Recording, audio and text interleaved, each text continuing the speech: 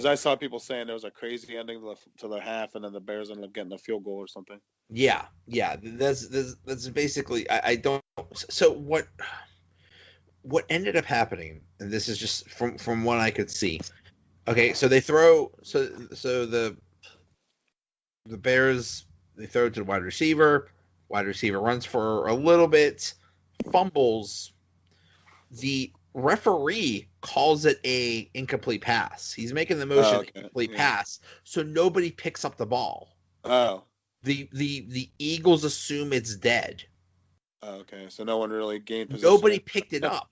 So they didn't know what the refs didn't know what to do. So they basically said, I guess it's an incomplete pass. But I think what they did was they actually, I don't know if they ruled it complete and they said it's still Bears ball, or I'm not sure what exactly happened.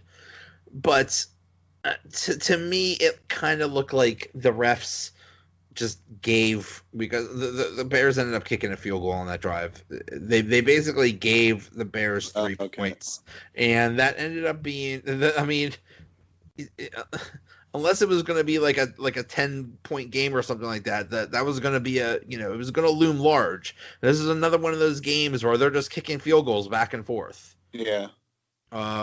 It was 3-0 Eagles. Then it was 3-3. Then it was 6-3 Bears. Then they actually learned that they're allowed to score touchdowns, and Philadelphia scores a touchdown in the third quarter.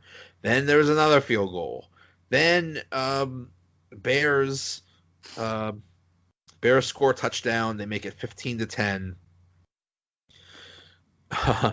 Eagles score a touchdown. They miss on the 2-point conversion. So it's 16-15, and there's about a minute left. And there's another funny thing that happened at the end. For some reason, as the Eagles are driving down the field, the Bears don't call a timeout, and people are yelling at the Bears coach about, why aren't you calling a timeout? What's wrong with your clock management? By the way, blah blah blah blah blah. I'm like, where have I heard this before? Wow, I'm glad other teams screw up too. So there was about a minute left, and they get a great kickoff return. So they got a great kickoff return. They make a couple passes, and they're in field goal range. They're in field goal range, yay! So time's running out. It comes down to Cody Parkey, and I thought it went in. I thought it doinked. It doinked, but it was one of those things where it doinked and goes in. But no, this doinked. It doinked off the bar on the side. Then it doinked off the crossbar. Then it bounced out, and that's the game. And all of Pittsburgh can feel the Bears' pain after a missed field goal. Yeah. Yeah, we saw that a few times this year as well. So, yeah. But watching I was telling you, if I found out that someone got a hand on the football, and I guess the people on TV did not notice it either, because I don't remember them mentioning it at all. Here's the other thing. He made the first one, but they iced him.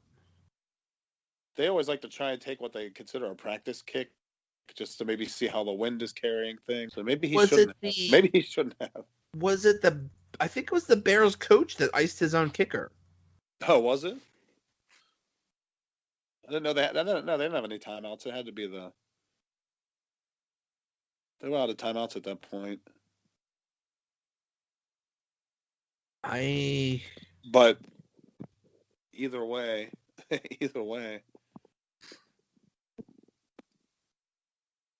I didn't know that the guy got his hand on it until after. Yeah, I can't tell whether he got.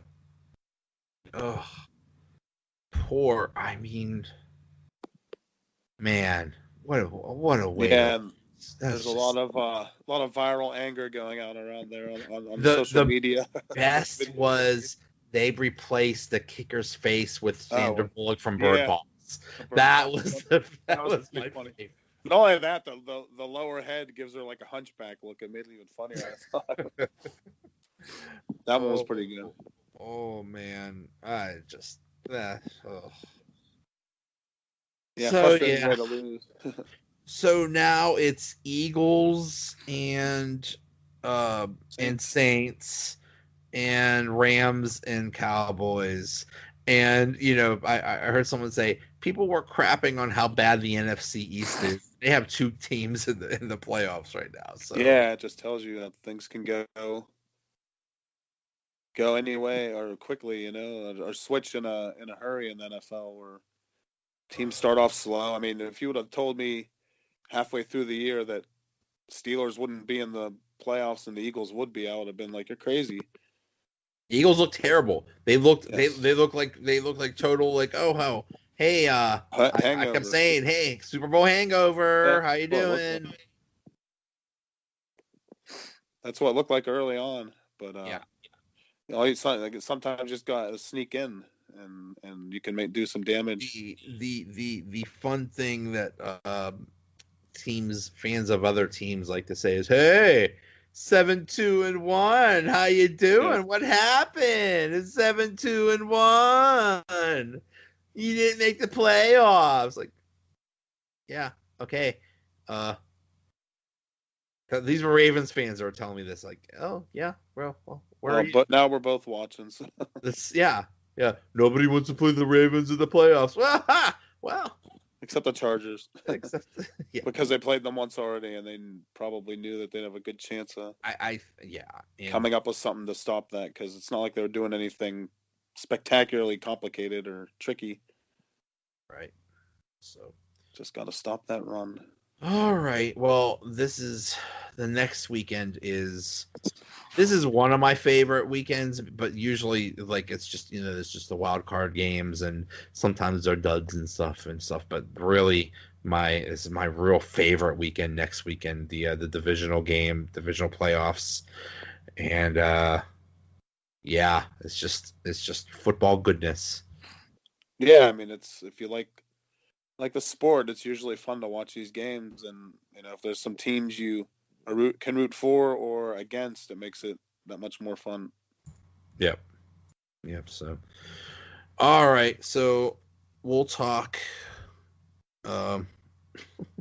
See, I want to do an Antonio Brown thing with Coach. I want to say that his agent called me and said that he wants to come on, and I said that's not how we do things. But that's not how we do things. I can't in good conscience compare anybody to Antonio Brown right now.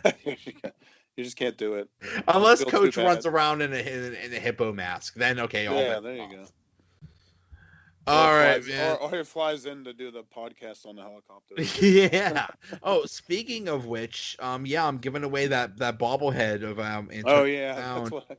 I was wondering what that was. Got 2 of them right. I got 3, but it's only saying I got 2. You got 2 right because you picked Houston and Chicago. Chicago, yeah. And Coach also got 2 right. He picked the Ravens and Chicago. So whoever wins this little group thing in Yahoo. And if I'm the one that wins it, then it'll go to whoever the second place person is. Oh, there you go. I'm not winning my own bobblehead, so you're not I'm not keeping that thing. Yeah. You're kind of like I am. I saw someone today on social media. I decided to throw it out there, but mine out there as well. But someone has like a picture of an autographed Le'Veon Bell picture, and he put it up for. So I threw it out there I like piggybacked on his post, and someone actually like kind of bit the bait. So I'm like, all right, if someone wants it, I'll sell it. I'm not trying to make money off it. I just want what I paid for it. So, to get you never know. So, you never know. Maybe someone wants it. A Steeler fan that lives in Wisconsin replied. So like, I'll send it in the mail. He can pay for the shipping on top of the cost. He said he'd do it. So he's a big enough Steeler fan. So cool. I saw so many Le'Veon Bell jerseys for sale at Christmas time. Oh yeah. And I thought, some some grandma or something that doesn't know anybody. It's like, ooh, yeah, ooh, right. This will be a nice, yeah, this will be nice for my grandson. He would love. He likes the Steelers. I think that bell is a good one. Yeah, let's get this. So that's like, gosh, I bought a Cordell jersey way after he was on the Bears for like $3 at Kmart or something like that. Just so I could have a backup one. I didn't care if it got torn up. I'd wear it for flag football. There you go. It worked out. I mean, it's a legit jersey that usually goes for a lot of money, and it's greatly reduced. It's like it's a jersey. Yeah, why not use it? All right, sir. Well, I'll talk to you later in the week. Yeah, we'll see if AB shows up or not, or comes out of the woodwork. We'll see. All right, man. Sounds good. See you later. Thanks for listening. We'll be back tomorrow with another episode. One thing I forgot to mention about the games after the Ravens game, Carol, she's at Gemini6615. She just sent a tweet that says, "Me watching the Ravens lose," and it's a gif of Seinfeld saying, "That's a shame." That made me laugh like crazy for some reason. That's just such a shame that the Ravens lost. Oh, sorry. Anyway, talk to you later. Another episode is in the bag.